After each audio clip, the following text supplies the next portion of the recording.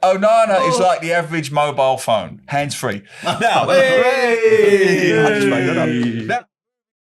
hello and welcome to the latest episode of Yahoo Footballing Weekly with me, Yahoo columnist Neil Humphreys. And me, Yahoo editor Chia and Keong. And we have for us for the first time, Kui Jien. Hey!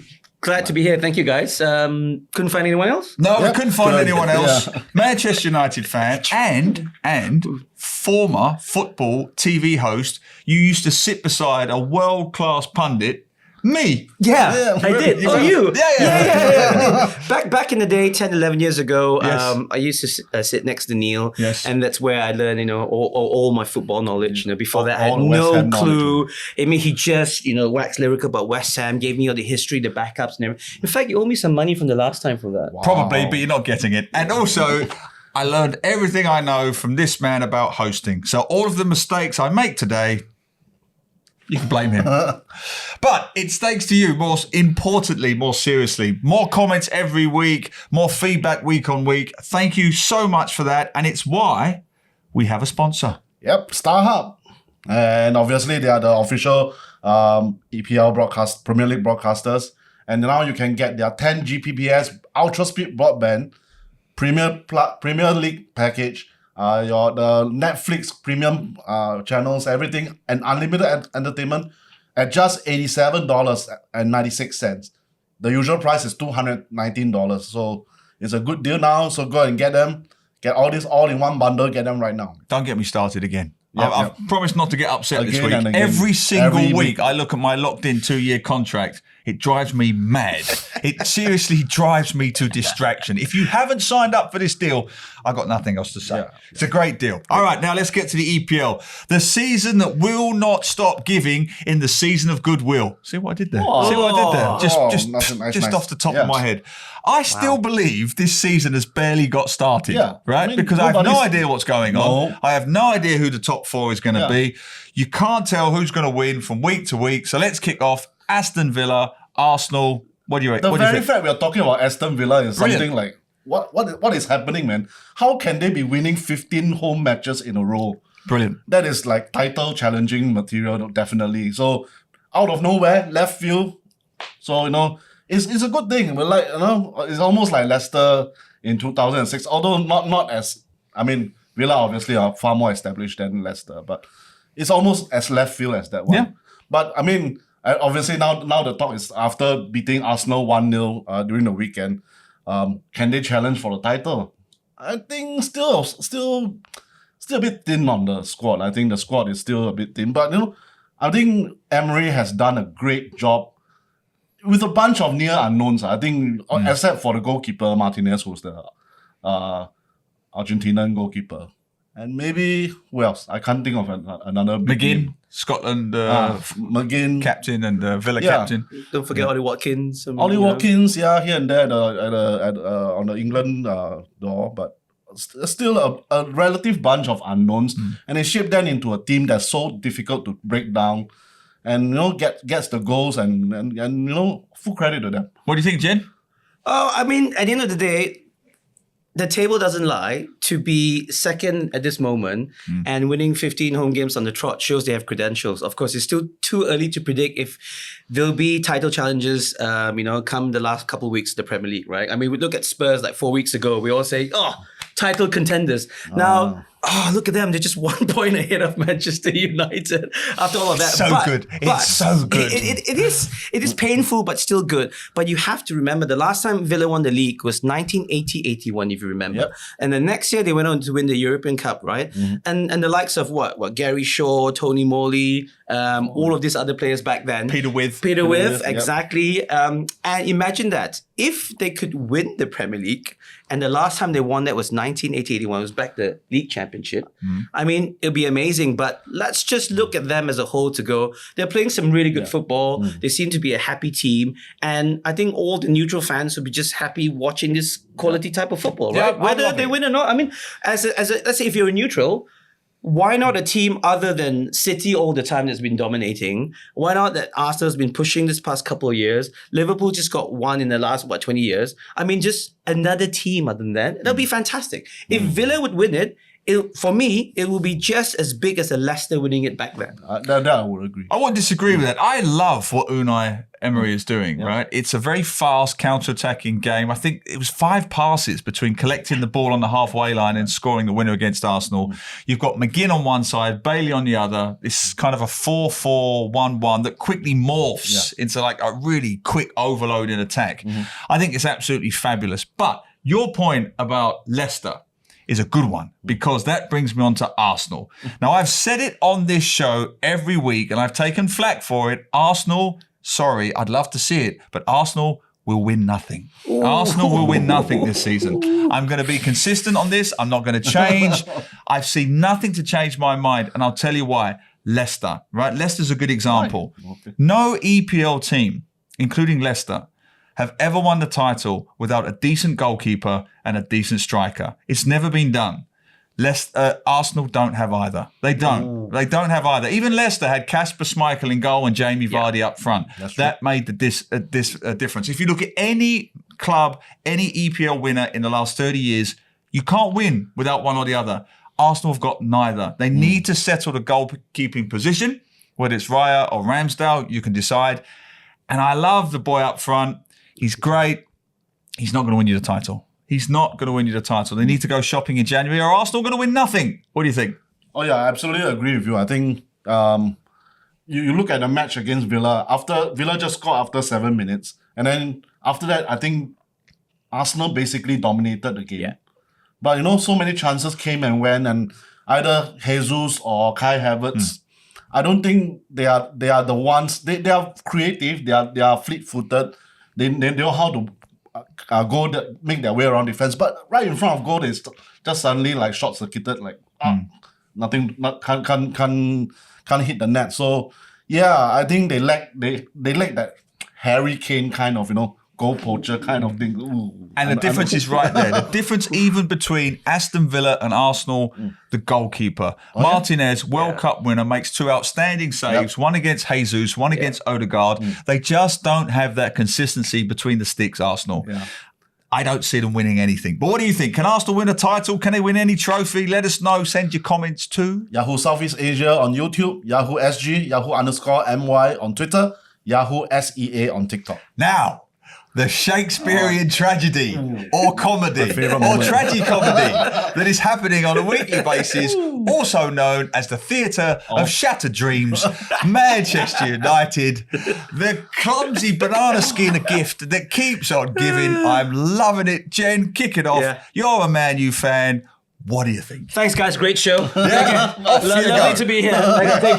Take care. I mean, to be honest, it's pure comedy gold. If you were a writer for a sitcom, right, you could not write something like this. I mean, it's just... Why isn't it on Amazon? It's the gift that keeps giving, has been given for many, many years, but it keeps continue to repeat itself, where like a Rashford has an amazing season last year, gets a massive contract, then becomes lazy once again. But, does it fall on the manager's shoulders, or is it just with the Glazers from years and years ago with underdevelopment, just using United as a massive piggy bank for them to clear all the debts, and that's how they bought the club in the first place. But it's just really sad, but this is the reality, United fans. This is the reality. It's going to be like this for at least a few more years. You just have to accept that. Gone are the days, clubs, as a cycle where they go up and down. And you look at capitulating against Bournemouth, who, by the way, are still a decent side. The Premier League, in terms of the standard, has improved gradually, but still to be decimated like that at home with players walking around complaining and has no heart in it, it's painful, but you deserve all you get. I mean, it's anybody, even if you're a massive diehard fan, you must admit that you reap what you sow. This is exactly what we deserve with all the transfer policies and changing of managers over the years. So yeah, happy days. I have 3 questions that I don't know what's the answer to. First, how did Harry Maguire win the Player of the Month award for the Premier League? Number 2, it was a very slow month. And there's more. In a literal sense. How did Erik Ten Hag win the Manager of the Month award for last month? Third question, how is Manchester United so terrible and yet just 6 points behind Manchester City? Well, I'm going to get to that no point idea. later. This league is upside down this year, and I'll get to that when we preview the upcoming game with who is it? It's Liverpool against Man U, obviously. All right, I wrote the column for Yahoo, which you can read online. They have become the definitive South Korean soap opera. The actors change, the directors change, the sets change, but it's essentially the same plot every year. Every 2 years, it's the same plot now, which is what? New manager comes in. There's a brief honeymoon period. Why? Because the players who got the last manager sacked will perform for a brief period of time. 6 months, it goes well. The Glazers are happy because they're just trying to sell the club. They don't know the first thing about football. They throw another £1 billion at the new manager. He has no sporting director. He has no philosophy. He has no clear goal in mind. He buys just whoever he can get.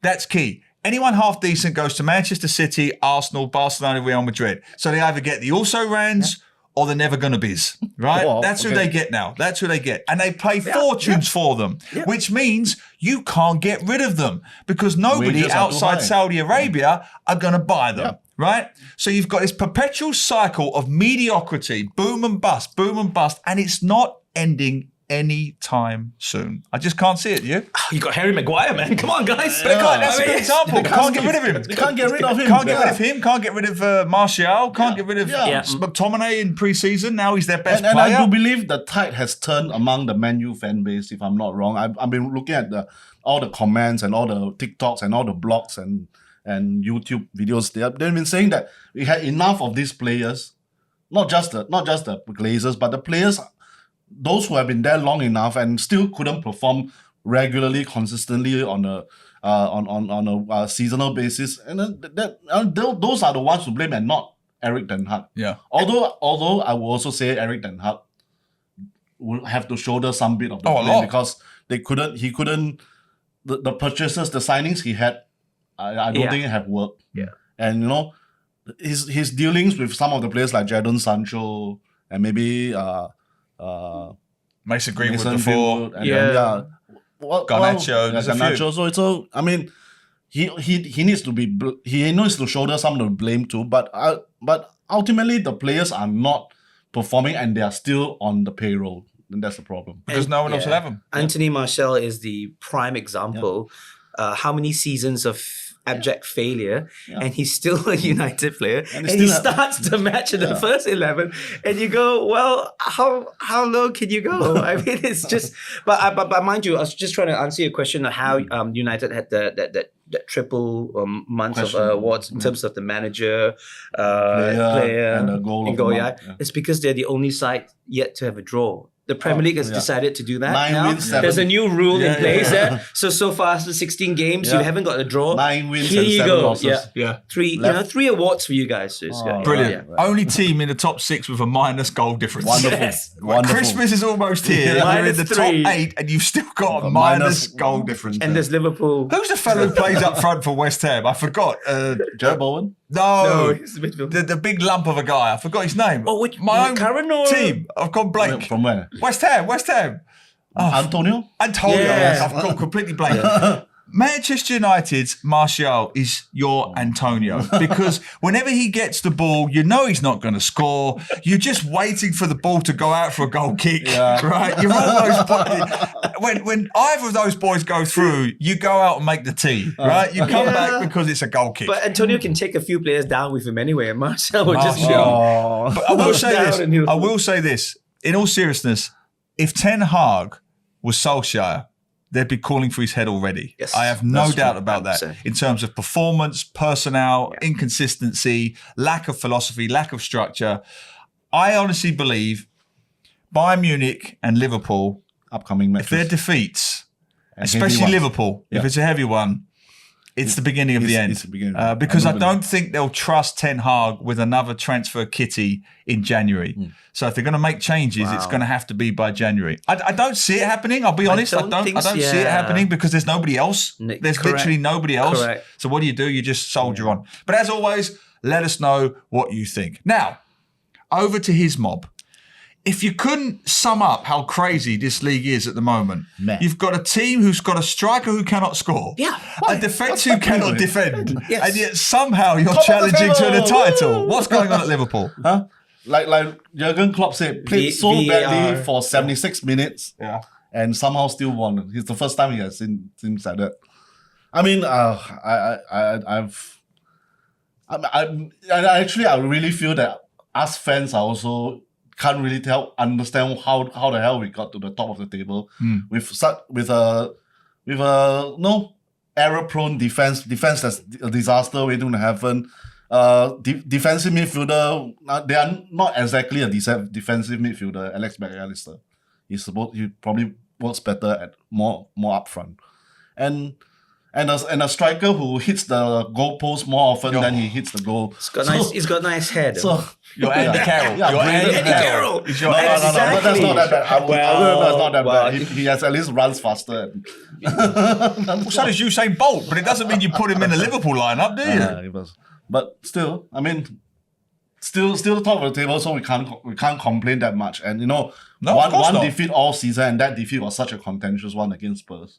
So I can't explain exactly how it happened. And I know we recovered so much from going behind. We are so good at coming back. 18 of our 37 points are recovered from being a goal down. Yep.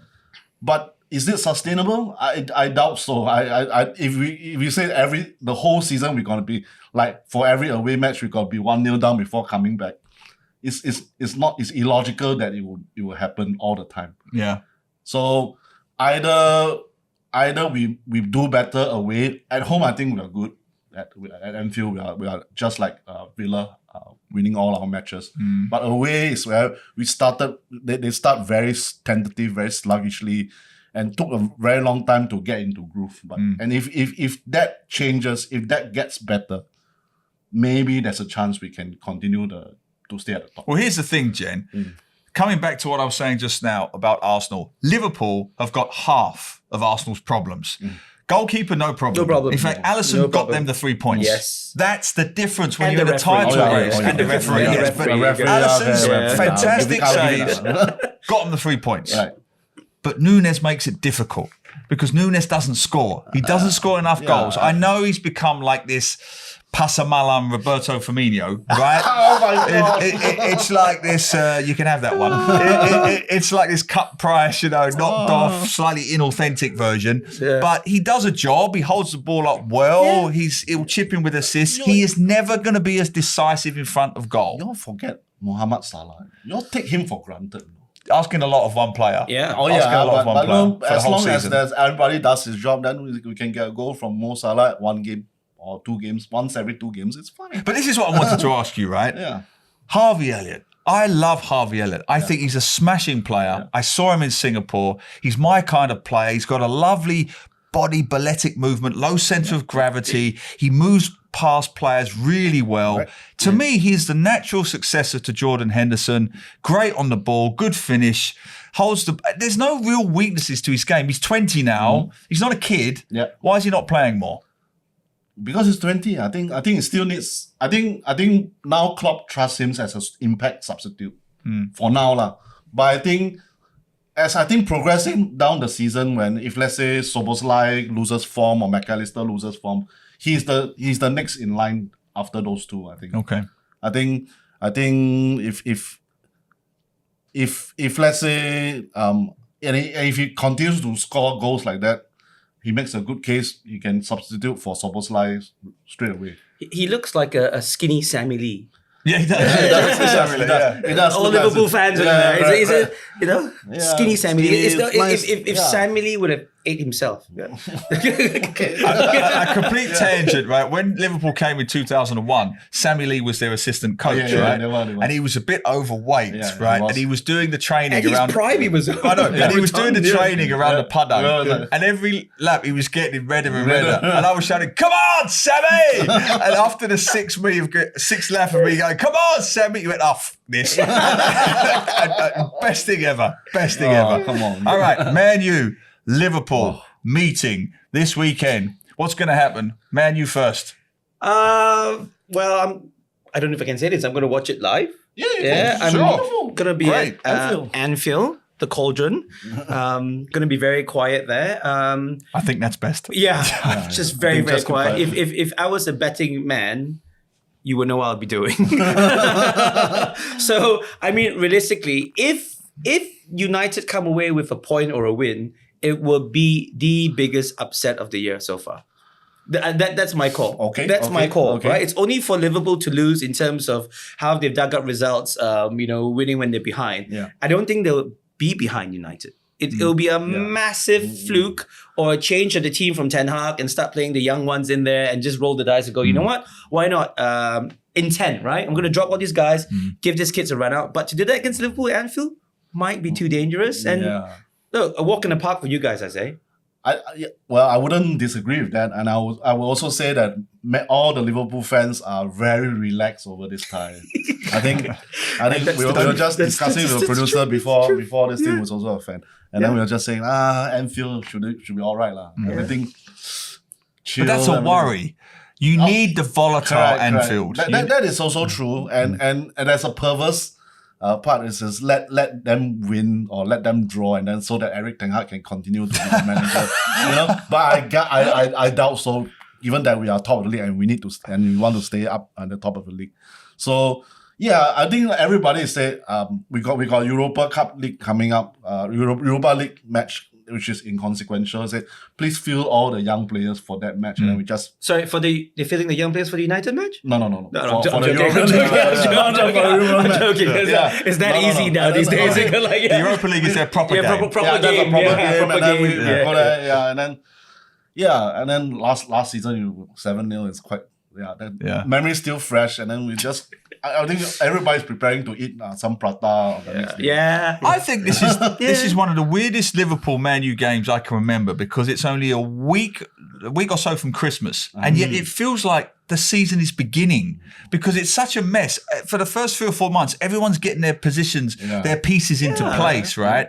If Man U wins, okay, Ten Hag is the real deal for now. If Liverpool wins, they're the real we can start taking their title credentials seriously. It feels like the season begins with this game at Anfield. Yeah, and the next game is against Arsenal, so these two are very critical games. Because everybody's beating each other. There's only a few points between the top six. There's only a few points between the bottom six. Correct. So we've just been moving pieces around. It starts at Anfield. It does. So the prediction is going to be 2-0. Wow, conservative. Very conservative. it's Man U Liverpool. We try to be cliche free on this podcast, Only 7. but with Liverpool Man U, it is different. There is just it's not something. 7-0. It won't There's be something 7-0 different ever. about Well, that no, match. I remember 7-0 a year ago coming to the match. Everyone's like, United has a United's chance. gonna win, There's a charge right now. Ten Hag's the man. Yeah. They might have a chance to do it. 7-0. I mean, I don't know. I'll go with you. 2-0, 3-0. I don't think United's going to score. Well, I was there 2002 when it was at Anfield, I think, when Diego Forlan had that long streak. He hadn't scored. He scores twice. I see the opposite. The Diego Forlan of Liverpool is Nunes. Yes. Nunes will score twice just for fun. Wow. And I'll say 3-1. I'll just take one Yeah. goal for Nunes. I have. He 3-1 only Liverpool. has Onana to beat. Is all right. He'll dive the other way. Oh He'll be fine. that's true. That's true. I'll just go underneath it. Yeah, exactly. Onana is like the average mobile phone, hands free. Now, I just made that up. Now, moving on. Let's go right to the end of the season. Champions League final. Step up, Mr. Jien. Tell us what you've got planned. Right, fantastic. So I work for Citi, and there's an amazing competition for all of you guys there. Citi together with Mastercard. So if you have a Citi debit card or a Citi credit card with Mastercard, all you've got to do from now to the end of January, just spend $1,000, and that goes into one chance for you to win one of four plus 2 trips to the Champions League final in London. So that means 2 of you will get to go. Right? You get all expenses paid for, you get some merchandise, and you get 3 nights stay in London, and obviously hospitality and watch the match as well. So we've got 4 pairs of that to give away. Just spend $1,000 with your Citi debit card or your Citi credit card by Mastercard, okay? And then you stand a chance, you go into a pool, right? Not only that, if you're a Citigold private client customer, right? And if you use your Citi debit card or your MasterCard as well, if you spend a $6,000 bulk, you have a chance, okay? And this is the only one in this region, a chance for you, there's 3 of you to go, so it's probably the parents and a kid. You get to be a mascot Wow. at the Champions League. This kid is Champions going League final. Champions League final, London, Wembley, the 1st of June. He or she is going to have experience that he will never or she will never forget, because you get to walk out with one of the teams. You'll be seen by millions all around the world, loads of people in Wembley as well. And that's the chance Citi is providing. It's an amazing partnership together with Mastercard. Who doesn't want to watch the Champions League final? I was there in London back in 2012. It was the most exciting final. It wasn't. It was Dortmund Is and Bayern. is there an age limit on the mascot thing, or can me and him go for it? Yeah. Judging from both of you might be a little bit too tall. There's a height restriction. It's just a little bit too tall. That's all. Yeah. So as we sit here now, what do you think? Who's going to win? Who's going to get to the final? Manchester City, so Haaland and the mascot. That'd be a good one. So what, is Citi a sponsor of the Champions League? How does it work? No, so Mastercard has a relationship with the UEFA Champions League, Right. and Mastercard is our preferred card partner. So we're working together to bring out this amazing competition for our Citi clients. Fantastic. Great. Yeah, what an opportunity. What opportunity. You heard it here folks, first. So where do they have to go to find out more details of this deal? Go to citibank.com.sg, if I'm not mistaken, right? That's correct. And all the details are there. And also it's all around on social media as well. You can find it on Facebook and Instagram. It's all there. Just, hey, Website it's too. time for, it's Christmas, shopping. I don't know when this podcast is going to come out. So just put in your debit card, put in your credit card. Every $1,000 give you a chance. And you're a Citigold private client customer. Every $6,000 gives you a chance to be the only mascot from this. That's the best Christmas present for your kid. Yeah. Absolutely. And if you're a Manchester United supporter, just think it's the only way you're going to get there. so I don't say Liverpool. So yeah. Europa It's going to Cup be a winning. Man United, Newcastle United final. it is indeed. Of course it is. Of course it is. Of course it is. Good luck to everyone who takes part in the competition. And if you have any comments or opinions about what we've said today, send all your comments to Yahoo Southeast Asia on YouTube, Yahoo SG, Yahoo_MY on Twitter, and Yahoo SEA on TikTok. Jen. It's been an absolute pleasure, my friend. Thanks, man. Thank you for having me on the show. I mean, all the lessons I've given you, you've improved. What a smooth, well-oiled machine here. Look at that, you too. Yeah, I won't go that far. I'll take it. Thanks as always for watching, and we'll see you again in part 2 when Keong and I will get stuck into Singapore football. See you there. See you.